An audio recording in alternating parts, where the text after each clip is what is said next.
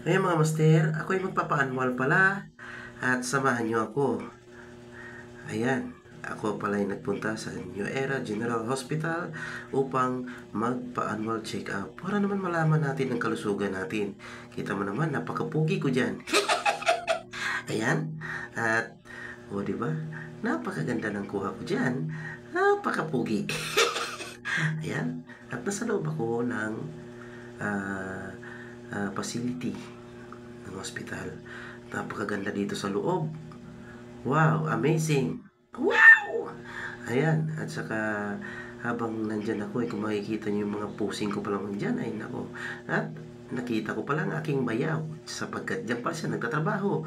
At ang aking kapatid na kung saan ay parang mag-ama kami titingnan dyan. Tingnan niyo naman, ay parang mag-ama. At natulog pa nga. At natulog uli. At natulog na naman. Sapagkat ako'y nag-aantay. Ayan, napakaganda ng kasama ko dyan, si Master Sergeant. Ayan. At radiology, ibig sabihin, magpapa-x-ray kami dyan. Ayan. Pero pogi pa rin, tingnan mo naman. Ayan. At antay na naman. Still waiting and waiting until the result is coming. Ayan mga master. At habang, uy, bakit kaya nandiyan kami sa Omega ini? Di ba? Pero wala lang. Kailangan lang kasi yan. Ayan.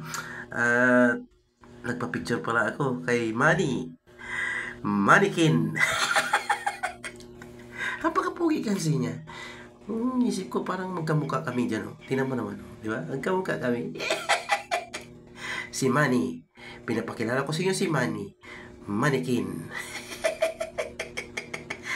Ayan. At yun.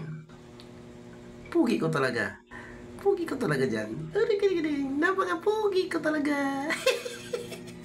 Wala namang ibang sarili ko, kundi ako lang eh. Kaya tama lang. And still waiting and waiting until the result is coming. O, diba? Eh, eh, eh, eh, eh.